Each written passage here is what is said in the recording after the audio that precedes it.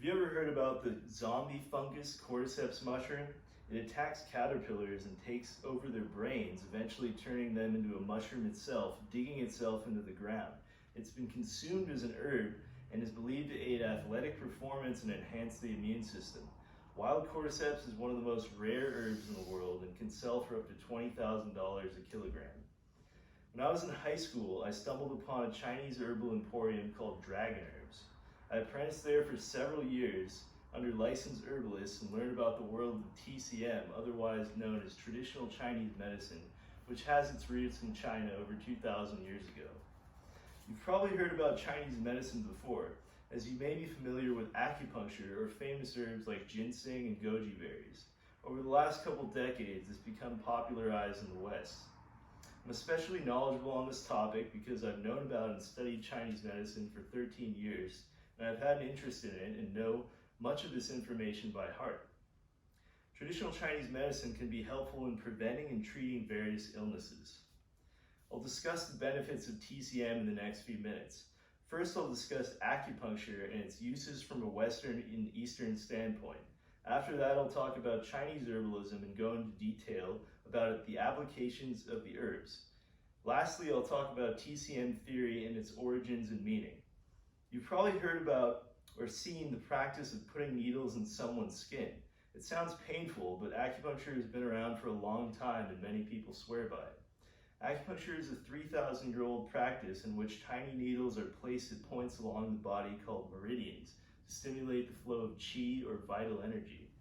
And here I have a diagram of the meridian channels, which are mapped along points on the body where acupuncturists place needles to treat conditions.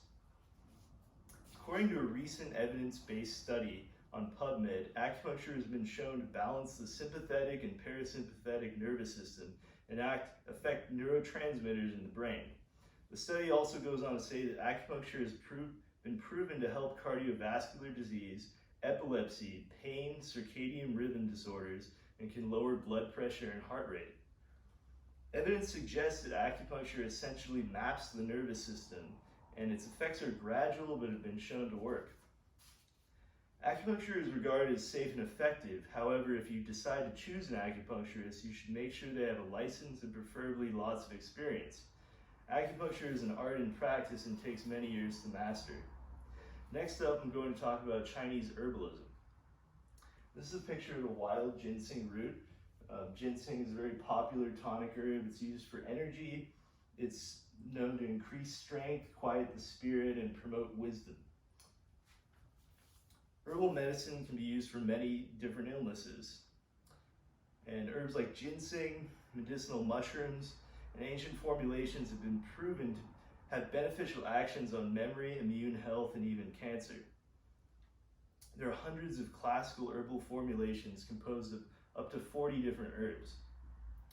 The science behind this is that these herbal substances contain rich amounts of complex polysaccharides, antioxidants, minerals, and saponins, all unique to the plants themselves. Some of the herbs are considered food grade and are safe to consume, while others are remedial and can only be used for a short time. Therefore, use herbs with caution and consult with your doctor before using anything. I'm going to talk about Taoism and TCM theory now. Everyone is familiar with the yin-yang symbol, and I'll talk about that symbol along with Taoist thinking. TCM is based on Taoism, which deals with living in balance and in accordance with nature. Taoism translates to the way, and Chinese philosophers closely studied the relationship between nature and human beings. And this is the yin-yang symbol, which shows the forces of creation that make up the universe.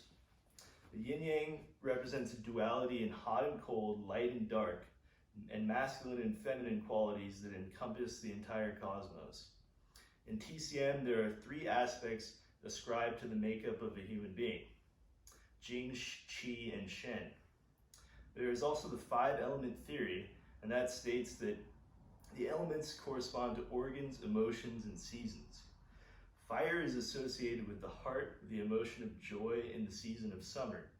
Earth is associated with the spleen, the emotion worry in the season of late summer. Water ties in with the kidneys in the season of winter and fear. Wind is the season of autumn, the organ of the lungs and the feeling of grief. Lastly, wood is tied with the season of spring, the liver, and the emotion of anger. It's said that by focusing on balancing each organ system during the corresponding season is essential to maintaining health. Jing is a structural foundation and the essential part of a human being. Examples of Jing include the skeletal system, bone marrow, and kidneys. The qi is the vital energy that flows throughout the universe and within living things. If the qi is imbalanced, people will show signs of fatigue and stress. Lastly, the shen, which is the consciousness or the spirit, exhibit examples of peace, spiritual growth, qualities of compassion, balanced emotions, and an attainment of real happiness in a person. An imbalanced shen will give rise to anger, resentment, selfishness, and mental illness. This is the fundamental way that TCM treats its patients. TCM is an old form of medicine which offers a different perspective on health by incorporating nutritional, herbal, and alternative therapies to treat the patient as a whole. There's currently a great deal of research being done on TCM, and many studies are proving its effectiveness.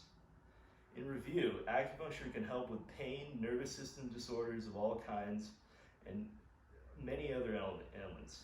Chinese herbal medicine seeks to treat the root causes of disease.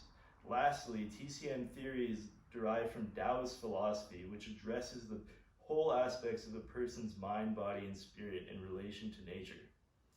And one more fact, ginseng roots lack the death gene, which means that if they're left undisturbed in the wild, they can grow for hundreds of years, and a single root has been known to sell for up to hundreds of thousands of dollars. Thank you. Bravo! I see that